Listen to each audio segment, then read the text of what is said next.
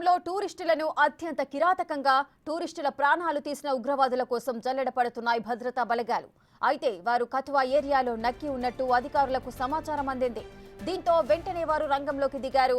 ఓ మహిళా అధికారులకు సమాచారం ఇచ్చినట్టుగా తెలుస్తోంది. ఇప్పటికే ప్రత్యేక బలగాలు కథువాలో ల్యాండ్ అయినట్లుగా సమాచారం. అయితే ఇది ట్రాప్ అయ్యే అవకాశం ఉండటంతో అప్రమత్తంగా ఉండాలని ఆదేశాలు వెళ్లినట్టుగా సమాచారం.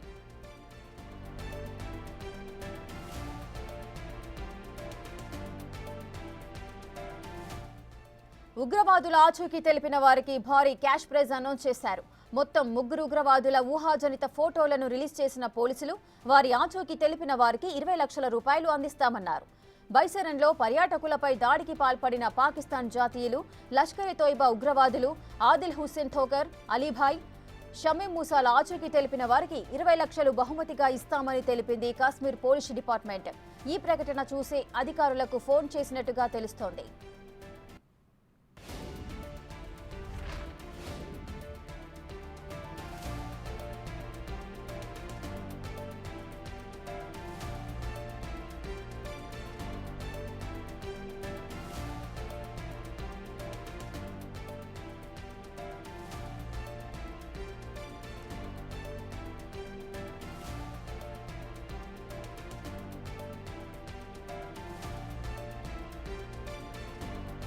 పహల్గాం ఉగ్ర దాడి తర్వాత కాశ్మీర్ పోలీసులు హై అలర్ట్ లో ఉన్నారు. కుల్గాం పోలీసులు ఖాజీగుండ్లోని అనుమానిత ఉగ్రవాద సహచరుల ఇళ్లలో సోదాలు నిర్వహించారు. ఇక్కడ మాత్రమే కాదు, అనేక ప్రాంతాల్లో భారీ సెర్చ్ ఆపరేషన్స్ కొనసాగుతున్నాయి. కొన్ని ప్రాంతాల్లో నిషేధిత సంస్థలకు సంబంధించిన మెటీరియల్ దొరికిందని వాటిని స్వాధీనం చేసుకుని వారిని పూర్తి స్థాయిలో విచారిస్తున్నట్టుగా తెలిపారు. భద్రతా చర్యలను మరింత కట్టుదిట్టం చేయడంతో పాటు భవిష్యత్తులో ఎలాంటి దాడులు జరగకుండా జాగ్రత్తలు తీసుకుంటున్నట్టుగా తెలిపారు పోలీసులు.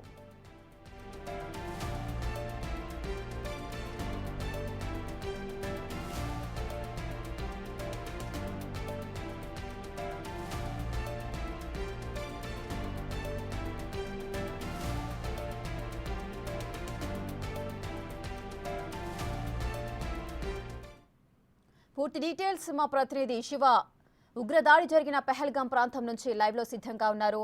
శివ, నిన్న జరిగిన దాడి అంటే ఉగ్రదాడికి సంబంధించి కూడా కొంతమంది ఉగ్రవాదులు ఎవరైతే ఉన్నారో వారి యొక్క స్కెచెస్ ని రిలీజ్ చేసింది ఊహాజనిత పిక్చర్స్. సో వాటిని బేస్ చేసుకుని ఒక మహిళ భద్రతా దళాలకు ఫోన్ చేసి వారి ఆచూకీ తెలిపినట్టుగా సమాచారం అందుతోంది.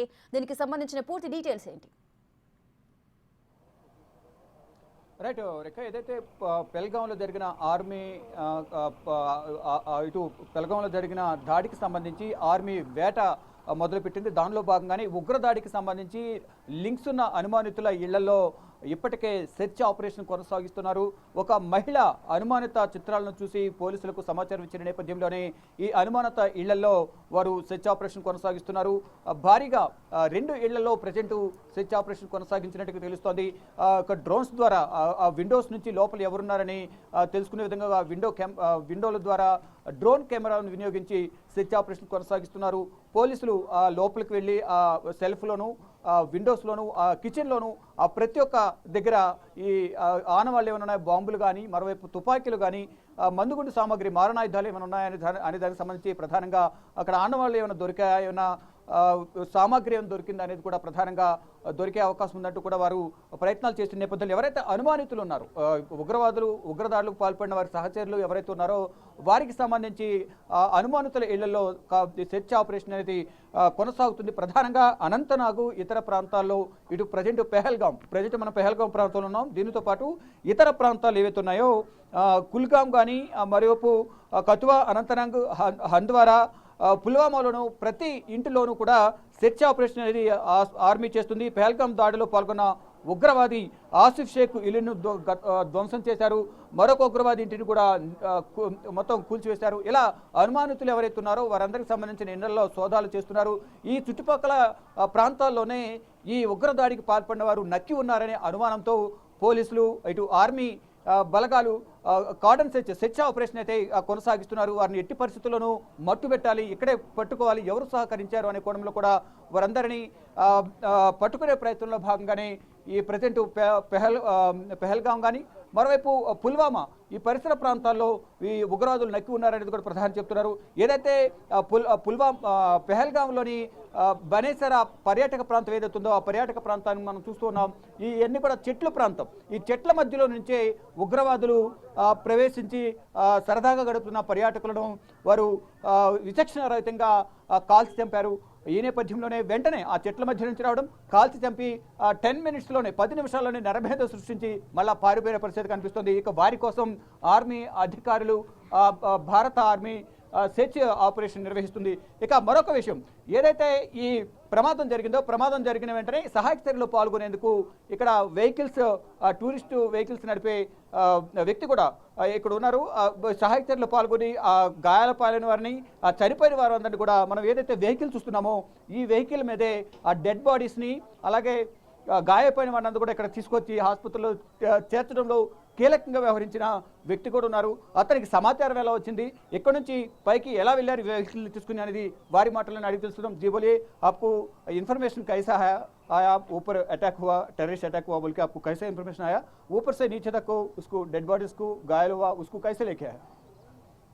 जी, जो ही हमें इन्फॉर्मेशन मिली एसएचओ साहब के ज़रिए हमें इन्फॉर्मेशन मिली। ये इन्फॉर्मेशन ऐसी नहीं थी कि वहाँ फायरिंग हुई है कुछ भी, क्योंकि हम भी डर जाते हैं तो हम भी बैठ जाते फिर, तो हमें एक्चुअल में पता नहीं था हुआ क्या है आकर। फिर हम थाने चले गए, एसएचओ साहब, फिर एसएसपी साहब, हम उनको ऊपर लेके गए। सबसे फर्स्ट विज़िट किया एसएचओ साहब ने वहाँ पे। यूँ ही वो मंज़र देखा तो एसएचओ साहब भी मतलब वहाँ रो पड़े, बिल्कुल भी वो रो पड़े। उनका मतलब उनको भी बर्दाश्त नहीं हो रहा था वो सब चीज़ देख के, उनको भी बर्दाश्त नहीं हो रहा था, हमारे से भी बर्दाश्त नहीं हो रहा था। जो हमने घायल देखे, फिर एसएचओ साहब, एसएसपी साहब, उनकी बड़ी मेहनत है। उन लोगों ने, जो घायल लोग थे उनको, उन घायल लोगों को बिल्कुल बोला पहले घायल लोगों को आप नीचे लेके जाइए। जो मुर्दा थे वो बेचारे उधर ही पड़े थे। जो वो मैदान है बाइसरन का, वहाँ पे वो नेवी ऑफिसर की पत्नी वो अकेली अंदर थी, वो खाली उस डेड बॉडी के पास पड़ी मतलब रही थी। तो उसके बाद वो नेवी ऑफिसर की पत्नी, उसको इरशाद भाई, ये जो आप हमारी एटीवीज़ देख सकते हैं, इन एटीवी से हम उनको लेके नीचे लेके आए। ये सारे इन बंदों का मेहनत है, जो ये एटीवी वाले हैं इनका भी मेहनत है। और सबसे ज़्यादा जो मेहनत किया है वो घोड़े वालों ने, क्योंकि 3-4 हज़ार लोग ऊपर थे। 3-4 हज़ार लोग को ऐसे नहीं आ सकते थे वो, मतलब उनको घोड़े वालों, शाल वाले और फोटोग्राफर वो लोग लेके आए। आपने एक साजिद का वीडियो देखा है, न जाने इधर कितने साजिद थे उस समय, कितने साजिदों ने नीचे ले आए, अपने कंधों पर लेके आए। क्योंकि बाहर से जो लोग आते हैं उनको पहाड़ी एरिया में चलने का आदत नहीं होता है। वो कीचड़, वो आप रोड जब देखोगे खाली कीचड़ कीचड़ ही आपको दिखेगा। तो साजिद जैसे बहुत सारे लड़के ऐसे थे जो घोड़े वाले, शाल वाले, फोटोग्राफर्स, उन सब ने बहुत ही ज़्यादा मेहनत की है। साथ साथ हमारे एसएचओ साहब, पुलिस के एहलकार, उन लोगों ने भी बहुत मेहनत की। और उसके बगैर ये हमारे एटीवी साथी है, इन लोगों ने भी बहुत मेहनत की है। उसमें एक घोड़े वाला भी उसमें हेल्प किया करके आप बोल रहे हैं, उसमें घोड़े वाला भी मर गया, आतंकवादियों से अटैक किया था, उसको ऊपर अटैक किया, वो भी मर गया। जी, आदिल नाम का, आदिल शाह का नाम एक घोड़े वाले का नाम था, वो बेचारा मर गया। वो मर गया बेचारा। वो क्या है कि वो राइफ़ल छीनने की कोशिश कर रहा था, वो टेररिस्ट की राइफ़ल छीनने की कोशिश कर रहा था। तो आप देखोगे हर एक के जिसमें एक जो मरे हैं 26 लोग, 26 में से आप 25 को देखोगे तो एक गोली लगी है। खाली आप आदिल को देखोगे तो उसको 4 गोलियां लगी है, 4 गोलियां। उसके एक बाजू में लगी थी, 2 यहाँ पे लगी थी, एक सिर पे लगी थी, यहाँ गर्दन पे लगी थी। बिल्कुल मतलब उसको बेरहमी से मारा गया। वो आदिल जो मेहनत किया उधर, मतलब बचाया, लोगों को निकाला उधर से, फिर उसको भी मारा गया। राइट, ऊपर जाने के लिए बहुत तकलीफ होता है, ऊपर जाना फिर नीचे आना। आप इस गाड़ी में कितना बार ऊपर नीचे घुमा, राउंड्स मारा था, कितना आदमी को आप नीचे लेके आए? मैं तकरीबन 5 से 6 लोगों को नीचे लेके आया हूँ। टोटल हमारी ये 12 से 14 गाड़ियाँ हैं। 14 गाड़ियों में से हमारी 1-2 ख़राब भी पड़ी उधर रास्ते में, फिर हम उन गाड़ियों को भी टो करके लेके आए नीचे। तो हम आधे रास्ते तक लेके आते थे, आधे रास्ते यहाँ सीएम हट एक जगह पे है, सीएम हट, वहाँ तक एम्बुलेंस आती थी, वहाँ तक हम लेके आते थे, वहाँ से वो एम्बुलेंस में बिठा के लेके जाते थे उनको हॉस्पिटल तक। जी बहुत मतलब आप यकीन नहीं करोगे, पैदल चलने में मुश्किल है, ये तो बड़े मुश्किल से ही जा पाती है वहाँ। आप जब रास्ता देखोगे वहाँ का, पूरा कीचड़, मिट्टी, पत्थर, मतलब जाने का कोई और साधन नहीं है, या तो घोड़ा या तो ATV, उसके बगैर कोई गाड़ी वहाँ नहीं पहुँच सकती है। तो ऊपर जाने के टाइम पे कुछ लोगों को सांस लेने को भी थोड़ा दिक्कत होता है, उतना ऊपर जाता है को तो ऐसा कुछ हुआ किसी को? नहीं, ऊपर जब जाते हैं लोग तो वो घोड़े से ही जाते थे, ऐसे पैदल नहीं जाते थे लोग। जो भी बाहर से आते थे घूमने लोग तो वो घोड़े से ही जाते थे, पैदल ऐसे कोई नहीं जाता था। ज़्यादा हिल भी नहीं है, मतलब हम आप सोच लो यहाँ से 6 किलोमीटर का रास्ता है वहाँ तक, मगर 6 बड़ा डिफ़िकल्ट रास्ता है, बहुत ही मतलब कीचड़ बड़ा, पत्थर भरे, बहुत भयंकर रास्ता है वो। कुछ लोगों को घोड़ा में लेके आया, कुछ लोगों को आपका जैसा गाड़ी में लेके आया, और कुछ लोगों को भी कुछ लोग खंदा में लेके आया था। उसमें बच्चे लोग भी बहुत है ना, आप बोल रहे 4000 लोग हैं उसमें ऊपर। 3 से 4000 लोग मैं बोल रहा हूँ ऊपर थे। आपने सर्कुलेट एक वीडियो हो रहा है, साजिद भाई का एक वीडियो सर्कुलेट हो रहा है, जिन लोगों ने अपने कंधों पे लेके आए 3 से 4000 लोग, हम तो 30 से 35 लोग, हम 14-15 बंदे लेके आए। जो पुलिस जो लास्ट में उधर जिनकी डेड बॉडीज़ उधर पड़ी थी, उनके फैमिली मेम्बर्स नज़दीक में थे, तो हम उनको लेके आए। जो डेड बॉडीज़ और जो उनके फैमिली मेम्बर्स थे वो बिल्कुल उनके करीब में रुके हुए थे, 100 मीटर की दूरी पे थे, क्योंकि वो जाना नहीं चाहते थे वहाँ से, अपनी फैमिली मेम्बर को उधर छोड़ के खुद नहीं जाना चाहते थे। फिर हम 30-35 जो उससे पहले 25-30 ये 2500-3000 तक लोग थे, वो घोड़े वाले, शाल वालों और फोटोग्राफर और दुकानदार ने वो सब मेहनत किया है। वो मेहनत अभी मैं देख रहा हूँ उन्होंने कितनी मेहनत की है, वो कितने मतलब मुश्किल से उनको लेके आए, अपने जान पर खेल कर उनको बचा के लेके आए हैं नीचे। प्रेजेंट सिचुएशन कैसा है ऊपर पिंसारा में? ऊपर कैसा है पूरा उधर सिचुएशन? प्रेजेंट सिचुएशन आप अगर अभी भी जाओगे, जो शॉल वाले फोटोग्राफर्स हैं उनका सामान अभी भी बिखरा पड़ा हुआ है, अभी भी उधर ही वैसे के वैसा ही है, बिल्कुल बिखरा पड़ा हुआ है। क्योंकि वो टूरिस्ट को निकल के ले आए तो उनका सामान वैसे कि उन्होंने अपने सामान का भी ध्यान नहीं रखा, उनका सामान उधर ही, शॉल बिखरे पड़े हुए, कैमरे बिखरे पड़े थे, उनका जो दुकानदार का सामान वैसे का वैसा ही पड़ा हुआ है, चेयर्स वैसे के वैसी पड़ी हुई है, उनका सामान बाहर, पानी, वो लेज़ वगैरह सारे के सारे उधर ही पड़े हुए हैं, उसी अंदर, उसके अंदर ही पड़े हुए हैं, वैसे के वैसा ही। क्योंकि उन्होंने पहले इंसानियत को मद्देनज़र रख के उन टूरिस्ट को वहाँ से निकाल के ले आए, क्योंकि उनके मन में भी डर था कहीं हम भी ना मारा जाए, तो वो भी चले, उनको भी निकाला। 3 से 4000, आप यकीन नहीं करोगे, 3 से 4000 लोग हर रोज़ मतलब वहाँ पे जाते हैं, 3 से 4000 लोग। ये तो मतलब दिन के टाइम में हुआ है, दिन के टाइम में वहाँ पे बहुत ही ज़्यादा भीड़ रहती है। आप आम दिनों में देखोगे वहाँ पे हर एक दिन में भीड़ रहती है। ये मतलब पीक सीज़न अभी चल रहा था, पीक सीज़न में आप सोच सकते हैं कितने लोग भरे होंगे उधर। वो लोगों को मतलब कश्मीरियत, मैं सोचता हूँ कश्मीरियत ज़िंदा थी, ज़िंदा है, ज़िंदा रहेगी, रोज़ के रोज़ ऐसे ही लोग होने चाहिए, साजिद जैसे लोग, हम जैसे लोग, मतलब जिन्होंने मेहनत की है उसमें। घोड़े वाले जो मतलब क्या बोलते हैं, जो प्रेसिडेंट साहब है उन्होंने मेहनत की है, रईस साहब ने मेहनत की है, इन सब लोगों ने मेहनत की है वहाँ पे। ये अटैक होने के बाद कितना देर के बाद आपको फ़ोन आए, कितना देर के बाद आप पहुँचे ऊपर?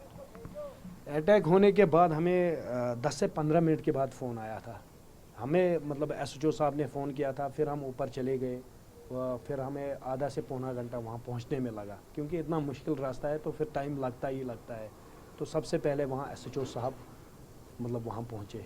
SHO साहब ने बहुत ज़्यादा मेहनत की है। आप अभी भी आप अगर देखोगे SHO साहब, SSP साहब, वो सारे ऊपर के, मतलब अभी भी ऊपर ही है, अभी भी इस टाइम भी ऊपर ही है। वो 3 दिन से लगातार ऊपर ही है, 3 दिन से वो बिना खाए बिना पिए। हम भी उनके साथ ही है, 3 दिन से लगभग हम भी उनके साथ ही। आप हमारी गाड़ियाँ देख सकते हैं, हम अभी आए हैं वहाँ से, मतलब हम तो खाना खाने के लिए आए हैं। उन्होंने जो फौज लोग हैं वो तो बिना खाए हुए ऊपर ही है अभी। आर्मी है ऊपर, CRPF है, पुलिस के एहलकार है, सब ऊपर ही है अभी।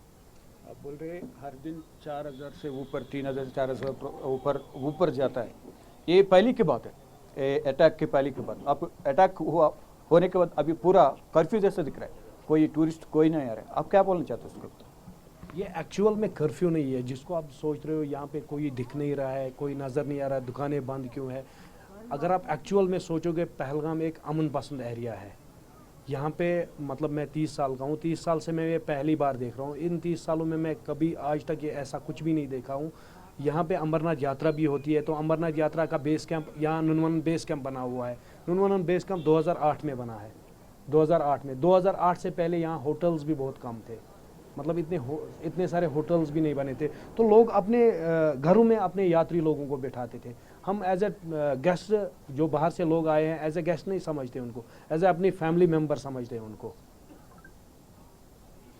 राइट, अभी पूरा टूरिस्ट लोग तो कोई नहीं आ रहे, सब लोग आप भी घोड़ा वाले भी कुछ भी कोई भी है, ये टूरिस्ट के ऊपर के पूरा उसका डेली रोटी खाना उसी के साथ निकलता है।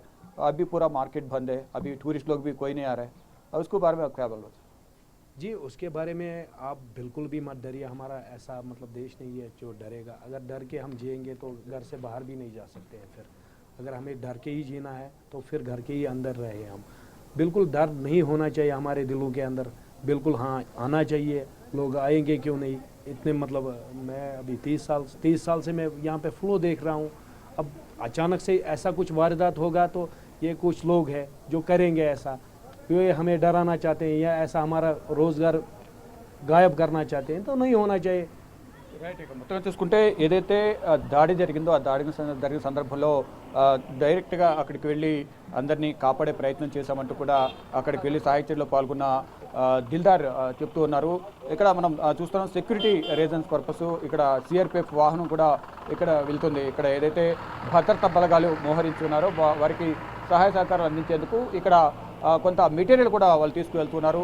మరొక ఇక్కడ వెహికల్స్ కూడా కొన్ని వెహికల్స్ కూడా చూస్తున్నాం. ఇక్కడ భద్రతా చర్యల్లో భాగంగా సెర్చ్ ఆపరేషన్ కొనసాగుతోంది. ఎక్కడికక్కడ ఈ వాహనాలకు కూడా ఇక్కడ పెట్రోలింగ్ నిర్వహిస్తున్నాయి. ఎక్కడ ఇటువంటి అవాంఛనీయ సంఘటనలు జరగకుండా ఉండే విధంగా కూడా పోలీసులు కూడా నిరంతరం ఇక్కడ పోలీసులు, మరోవైపు ఆర్మీ బలగాలు అందరూ కూడా ఈ బెహల్గాం ప్రాంతంలోనూ బెనెసారా ప్రాంతంలో ఇక్కడ పహారా కాస్తూ ఉన్నారు.